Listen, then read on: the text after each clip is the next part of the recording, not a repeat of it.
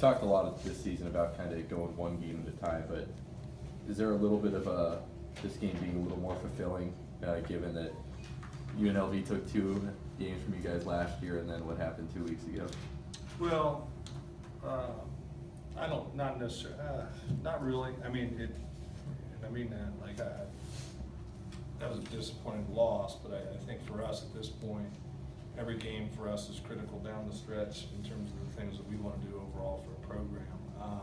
But no, I mean, our battle cry was not, hey, let's stick it to these guys because we've lost. You know, it wasn't. It's a midweek game that's very important in the overall big picture, and so that's what our focus was. So I was really pleased with how solidly we played tonight, and good way to build on the weekend. Have you been happy to see, like, since that game in Vegas, you guys have played really solid baseball since then, and that wasn't like a bad turning point in the season, it seems like? No, you know, it goes back to that stuff we talked about the trust factor, trusting the guys in the locker room, trusting the guys in the team. And, you know, there wasn't a lot, those of you that made the trip, I mean, I think you remember, it was like, I don't even know what to say about this. It's like, there's not a lot to say about it. It's one of the craziest things I've ever seen, ever been a part of. So that's an anomaly. And, you know, we trust those guys, the same guys that were kind of a part of that thing, came in tonight and did exceptionally well. So it's just one of those crazy things. If you're around this game long enough, I remember I was talking to Pat Casey, because I think Oregon State was rolling in after that. I was like, dude, you wouldn't believe. He goes, no, I wouldn't believe. I've been around the game a long time. I've seen about everything. So it just was a crazy game. But you know, this is a good game for us, not because it's UNLV and nothing again against them, but we needed to play. I want to see us play a clean baseball game in all facets, and I think we did that tonight. Is this kind of what you wanted to do with the pitching staff tonight? Not let anybody build up. I mean, you had to take Tolman out, of course, but other than that, is that kind of how you wanted it to play out? Yeah, we wanted to get the guys, some of the main guys, some work, and hopefully, you know, not in some high stress situations. So it actually played out perfectly for us to give them some competitive innings, but also be fresh for the weekend. It was perfect. And the 4-2 part of the game,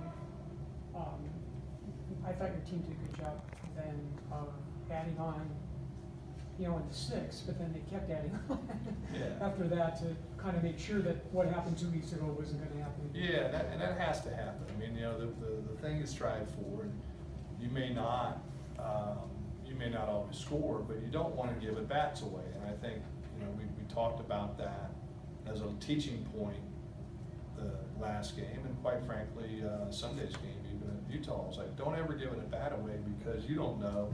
It could be the AB in the 4th, it could be the AD in the 1st, the AB in the 9th. It doesn't matter. Like you grind them all out, and then we'll sort it out after 27 outs. And so I thought we did a really good job of staying locked in, not getting comfortable even with the lead as we had in the middle innings. We kept having good at bats, and ultimately got some runs out of it.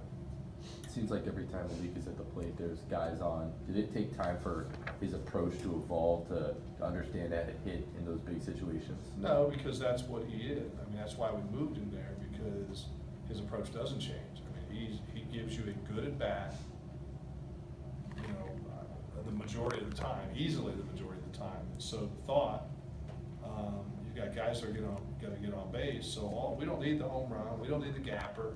If those guys are on base consistently, which they're going to be, if you look at their averages and on base percentage, all you need and all we need for the team is a quality at bat out of that 4 spot. And you know, so to me, it was a logical move. It was an easy move. You take a guy that gives you great at bats, plug him in 4 as opposed to 6 or 7, whatever it was.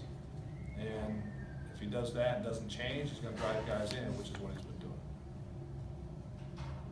With Blake, how big is it for him sort of to get out of that jam in that 5th inning and then also have a scoreless inning? No, that was huge. I think he every time he's growing up more. I mean, and you know, that was big for him tonight. He came up big for us in Utah too. So it's nice to see him put it together back to back.